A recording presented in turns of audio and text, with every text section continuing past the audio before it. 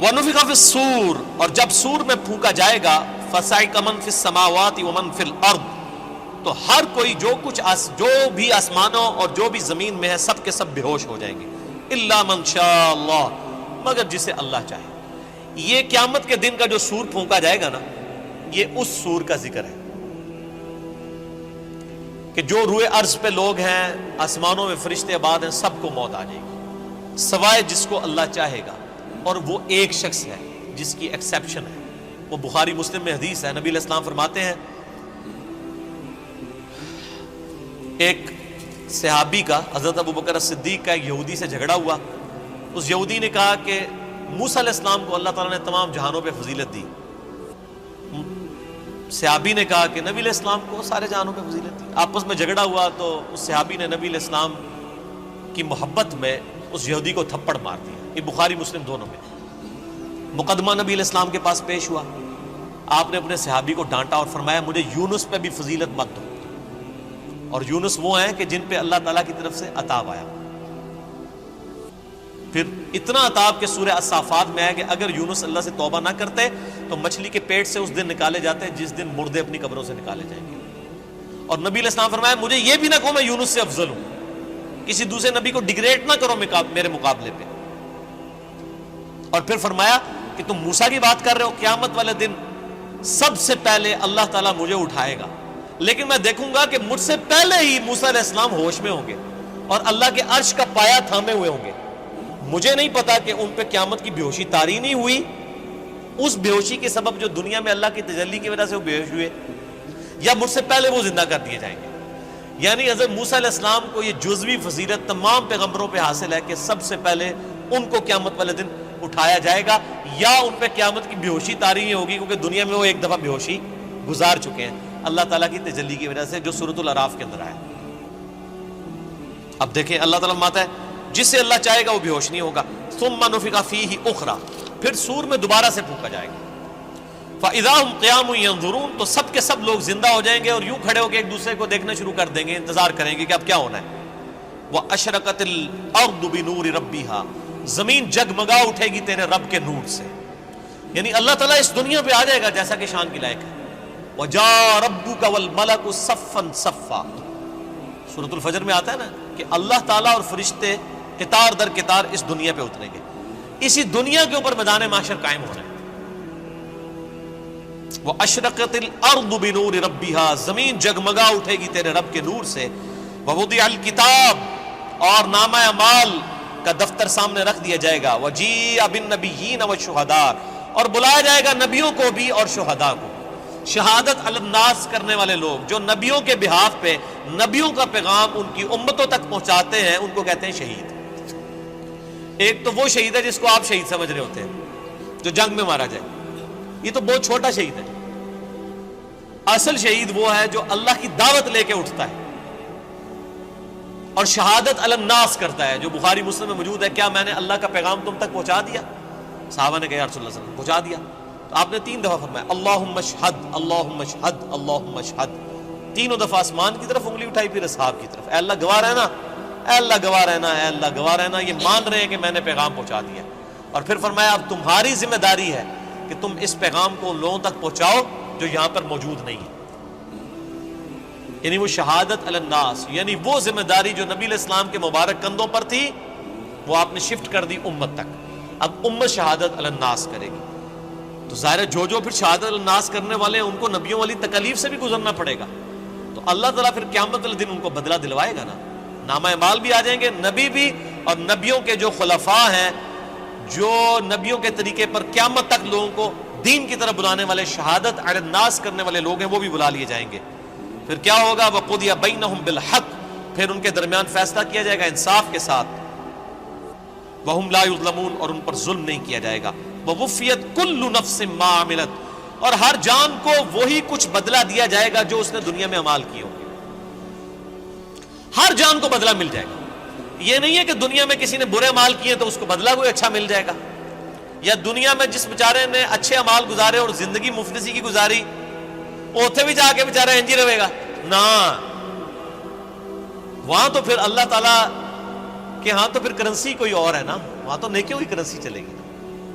ہر جان کو بدلہ ملے گا جو کچھ اس نے دنیا میں اعمال کیے ہوں گے. وَهُوَ أَعْلَمُ بِمَا يَفْعَلُونَ اور اللہ خوب جانتا ہے جو کچھ وہ دنیا میں کام کیا کرتا ہے. اللہ کو کسی فرشتے کی کسی نامہ اعمال کی کوئی حاجت نہیں ہے کسی کا ریکارڈ رکھنے کے لیے. ریکارڈ تو کئی ایک ریکارڈ جو ایسے نکلیں گے کہ جو اللہ کے حضور وہ نیکی شماری نہیں کی جائے گی. جو ریاکاری والی نیکیاں ہیں فرشتوں نے تو لکھی ہوگی. فرشتوں کو تو نہیں پتا کہ کسی شخص نے یہ دکھلاوے کے لیے مسجد میں ٹائلیں لگوائی ہیں اور مسجد کے کنواں کھدوایا ہے یا مسجد میں ٹوائلٹ بنوائے یا مسجد میں قالین بچھوا دیا یا مسجد کے اندر اس نے ایئر کنڈیشن لگوا لیا. یہ لوگوں کو دکھانے کے لیے لگایا تھا اس نے یا میری رضا کے لیے لگایا تھا اللہ کی رضا کے لیے؟ یہ بات فرشتوں کو نہیں پتا. فرشتے علم غیب تو نہیں جانتے, اسی لیے ان کے نامہ اعمال میں ایسی نیکیاں نکلیں گی. صحیح مسلم میں حدیث نہیں ہے قیامت والے دن ایک سخی کو, ایک شہید کو اور ایک قاری کو بلایا جائے گا, اللہ تعالیٰ تینوں کو اپنی نعمتیں گنوائے گا. تو وہ قاری کہے گا یا اللہ میں نے تیری خاطر قرآن پڑھایا. اللہ فرمائے گا جھوٹ بولتا ہے, تو نے اس لیے پڑھایا کہ لوگ تجھے قاری کہیں. شہید کو بھی کہا جائے گا تو نے اس لیے جان دی کہ لوگ تجھے بہادر کہیں. اور سخی کو کہا جائے گا تو نے اس لیے اتنا مال خرچ کیا کہ لوگ تجھے کہیں بڑا ہی نیکو کیا کار ہے, بڑا سخی ہے, اور تمہیں دنیا میں تمہارا اجر مل چکا ہے, میرے ہاں تمہارے لیے کوئی اجر نہیں ہے. فرشتوں نے تو ان کو سخی شہید تو لکھا ہی ہوا تھا نا, تو فرشتوں کا ریکارڈ تو اس پہ تو اللہ تعالیٰ نے فیصلہ نہیں کرنا. فیصلہ تو اللہ تعالیٰ نے اپنے علم کی بنیاد پہ کرنا ہے کہ کس کے اعمال واقعی میرے لیے تھے اور کس کے نہیں. اسی لیے ریاکاری کو شرک اصغر کہا گیا. اب آخری رکوع آ رہا ہے وَسِيقَ الَّذِينَ كَفَرُوا إِلَىٰ جَهَنَّمَ زُمَرًا. قیامت والے دن دوزخیوں کو, کافروں کو, بات نہ ماننے والوں کو ہانکا جائے گا دوزخ کی طرف گروہ در گروہ. اس میں مسلمان بھی شامل ہوں گے, اس میں کافر بھی شامل ہوں گے. وہ مسلمان جو عملاً کافر تھے, صرف وہ شناختی کارڈ میں مسلمان تھے, نماز کوئی نہیں پڑھتے تھے. حَتَّى إِذَا جَاءُوهَا جب کہ وہ دوزخ کے پاس آئیں گے, فتحت ابوابها تو دوزخ کے دروازے ان کے لیے کھولے جائیں گے. وقال لهم خزنتها تو اب دوزخ کے اوپر جو داروغہ ہے, خزانچی ہے, جو سمجھ لیں وہاں کی مینجمنٹ چلا رہا ہے, حضرت مالک علیہ السلام, سورہ الزخرف میں ان کا نام بھی آیا. تو دوزخ کے پورے معاملات ان کے انڈر ہیں, چیف ایگزیکٹو ہیں وہاں کے. تو جب دوزخیوں کو لایا جائے گا نا دوزخ کے دروازے پہ, تو پہلے جو جنہوں کہتے ہیں پہلا مینا جڑا نا انہوں نے مارنا ہے. وہ خزانچی کیا کہے گا؟ وقال لهم خزنتها وہ خزانچی کہے گا الم یاتکم رسل منکم اوے تمہارے پاس کوئی رسول نہیں آیا تھا دنیا میں؟ اوے بدبختو دوزخ تک پہنچ گئے ہو, کیا تم ایسے لوگ ہو کہ جن کے پاس کوئی رسول نہیں آیا کہ ان کو پتہ ہی نہیں چلا؟ اصل میں تو رسول آیا ہوگا, یہ ان کو ٹونٹ کروایا جا رہا ہوگا. اور آپ قربان جائیں, اللہ نے آپ کے اوپر کتنی نعمت تمام کی اور میرے اوپر کتنی نعمت تمام کی کہ قیامت کے دن کا ڈراپ سین وہ ویڈیو پہلے ہی قرآن میں چلا کے بتا دیے کہ یہ کچھ ہونا ہے. اگر یہاں میں کسی کو یہ مستقبل کی ویڈیو دکھا دوں آپ میں سے کہ جی آپ میں سے جو فلاں شخص بیٹھا ہوا ہے, جیسے ہی یہاں سے سیڑھی اتر کے روڈ کراس کرے گا ٹرک کے نیچے آگے مارا جائے گا, ویڈیو دیکھ لے اپنی, تم نکلنا ہی نہیں ہو, تھی کہہ رہے میری کمر ہی تے بنا دو, میں یہ اڑتا, یہی ہوگا نا. لیکن یہ قیامت کے دن کا ڈراپ سین بتایا جا رہا ہے, لوگوں کے کان پہ جوں تک نہیں رینگتی. اور اکثر لوگوں کو تو وہ یہ چیزیں قرآن پڑھنے سے ہی دور رکھا جاتا ہے. تو اللہ تعالیٰ ماتا ہے کہ وہ خزانچی کہے گا تیرے پاس کوئی رسول نہیں آیا تمہارے پاس, منکم یتلون علیکم آیات ربکم جو تمہارے رب کی آیات تم پر تلاوت کرتے, وینذرونکم لقاء یومکم ھذا اور تمہیں ڈراتے آج کے دن کی ملاقات سے کہ تمہیں اپنے رب کے حضور پیش ہونا ہے. اس جو یہ ملاقات ہونے والی تھی اس کا ڈر سنانے والا کوئی پیغمبر دنیا میں نہیں آیا تھا.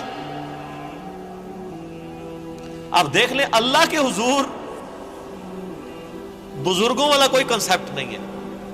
اللہ کے حضور دائی جو ہے, امام جو ہے وہ صرف پیغمبر ہے.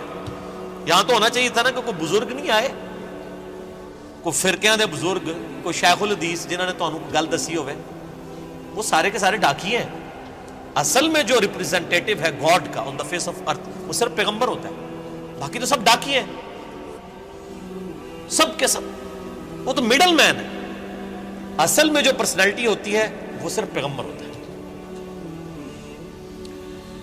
قالوا بلا، وہ کہیں گے ہاں کیوں نہیں، آیا تو تھا، ولکن حقت کلمۃ العذاب علی الکافرین، لیکن اب کیا ہو سکتا ہے، جو بات نہیں دنیا میں مانتے تھے اپنے پیغمبروں کی، ان پر اللہ کا عذاب تو آ کے رہنا تھا، ہم نے دنیا میں بات نہیں مانی، ہمارا یہ انجام ہو کر ہی رہنا ہے۔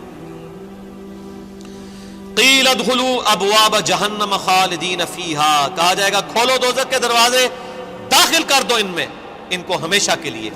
فبئس مثوى المتکبرین، کیا ہی برا ٹھکانہ ہے تکبر کرنے والوں کا۔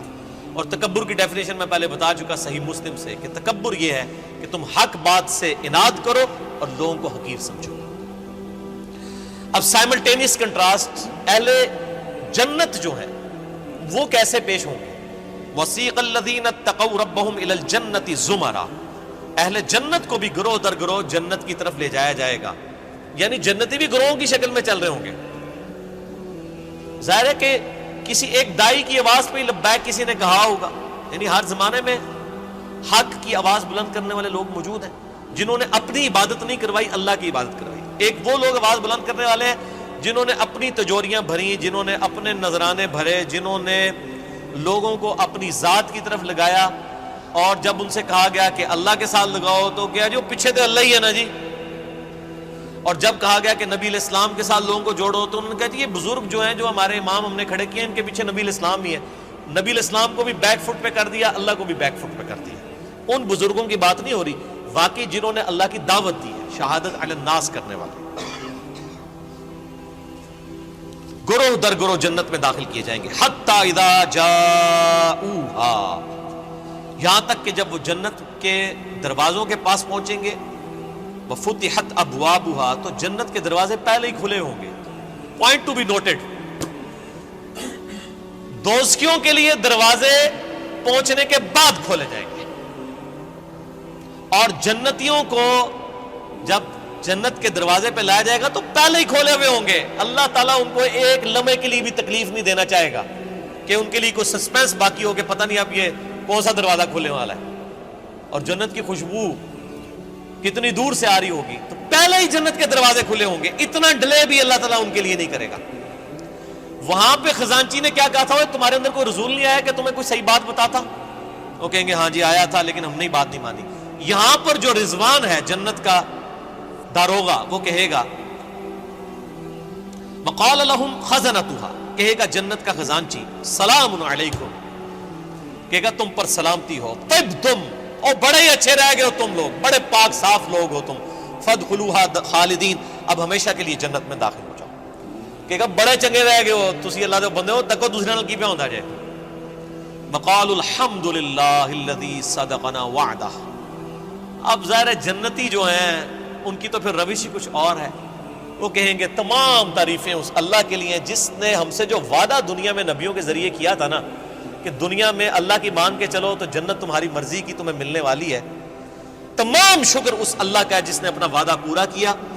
وَأَوْرَثَنَا الْأَرْضَ نَتَبَوَّأُ مِنَ الْجَنَّةِ حَيْثُ نَشَاءُ، اور اس نے ہمیں ایسی جنت کا وارث کر دیا کہ جس میں ہم جہاں چاہیں گے رہیں گے۔ فَنِعْمَ أَجْرُ الْعَامِلِينَ، پس کیا ہی بہتر اجر ہے عمل کرنے والوں کا۔ دودھ پینے والے مجنون نہیں، عمل کرنے والے، عمل کیے بغیر کچھ بھی نہیں ہونا، خالی کھوکھلے نعروں سے کچھ نہیں ہونا۔ اللہ طرف مارے کہ کیا ہی بہتر اجر ہوگا عمل کرنے والوں کا۔ وَتَرَى الْمَلَائِكَةَ حَافِّينَ مِنْ حَوْلِ الْعَرْشِ، تم دیکھو گے اس دن کہ فرشتے اللہ کے عرش کے گرد جو ہے وہ گھیرا ڈالے ہوئے ہوں گے، یسبحون بحمد ربہم، اپنے رب کی تسبیح بیان کر رہے ہوں گے حمد کے ساتھ۔ وہ بخاری مسلم میں آ گیا، بخاری کی آخری حدیث یہی ہے۔ اللہ تعالیٰ کو دو کلمات بہت پسند ہیں جو زبان پہ ہلکے ہیں لیکن میزان عمل پہ بہت بھاری ہیں، سبحان اللہ و بحمدہ سبحان اللہ العظیم، یہی فرشتوں کا کلام ہوگا۔ یعنی جسے کہتے ہیں ڈراپ سین آف قیامت، یہ ہو رہا ہوگا کہ جب جنتی جنت میں داخل ہوں گے تو فرشتے اللہ کے عرش کے گرد جمع ہوں گے اور سبحان اللہ و بحمدہ اللہ کی تعریفیں بیان کر رہے ہوں گے۔ وقضی بینہم بالحق، اور ان کے درمیان فیصلہ کیا جائے گا حق کے ساتھ، پرپز فل، با مقصد۔ جس نے دنیا میں اچھے مال کیے اسے اچھا بدلہ، جس نے برے مال کیے اس کے لیے برا بدلہ۔ وقیل الحمد للہ رب العالمین، اور ہر طرف سے یہ صدا آ رہی ہوگی، الحمد للہ رب العالمین، الحمد للہ رب العالمین۔ یہ قیامت کے دن کا ترانہ ہوگا، الحمد للہ رب العالمین۔ کیوں؟ یہ ساری کائنات اسی نے سجائی، اسی نے مخلوقات کا سلسلہ شروع کیا، اسی نے زندگی اور موت کے معاملات رکھے۔ یہ پورے کے پورا جو ایک آپ سمجھ لیں سٹیج سجایا گیا تھا نا، اس کی کنکلوژن جنت اور دوزخ کی شکل میں ہوگی نا جب، تو جنتی جب جنت میں پہنچیں گے نا تو بس حقیقت بات ہے کہ یہاں بیٹھ کے احساس ہو رہا ہے کہ جس شخص کو دوزخ سے بچا لیا جائے گا تو اس کی تو زبان سے ہی تسبیحات ختم ہی نہیں ہوں گی، شکر ہے یا اللہ تیرا، شکر ہے یا اللہ، تیرے لیے ساری تعریفیں ہیں، تو نے بچا لیا۔ تو قیامت کے دن حمد کا ترانہ کیا ہوگا؟ الحمد للہ رب العالمین، تمام تعریفیں اللہ کے لیے، ہر طرف سے یہ ندا آ رہی ہوگی، الحمد للہ رب العالمین، الحمد للہ رب العالمین، الحمد للہ رب العالمین۔ اور یہاں لوگوں نے وہ اپنے بزرگوں کے نعرے بنائے ہوئے ہیں، وہ جی ہم تو اس طریقے سے نعرہ مارتے ہوئے جائیں گے، اسی تے ادھر کٹھے ہوانگے، اسی اینج ہوانگے، او بھائی کچھ بھی نعرے نورے نہیں ہوتے۔ ایک اللہ کی حکومت ہے، لمن الملک اليوم للہ الواحد القہار، آج کے دن کس کی بادشاہت ہے؟ ایک اکیلے اللہ کی، جو سب پہ چھایا ہوا ہے۔ اسی پہ سورہ الزمر مکمل ہوئی۔ اب سورۃ المؤمن انشاءاللہ اگلی کلاس میں شروع کریں گے، ہمارا ٹائم پورا ہو چکا ہے۔ اینڈ پہ اللہ سے دعا کرتے ہیں کہ اللہ تعالی ہمیں ان لوگوں میں شامل فرمائے کہ جو جنت میں جائیں گے اور ان کی زبانوں پر حمد کا ترانہ ہوگا، الحمدللہ رب العالمین۔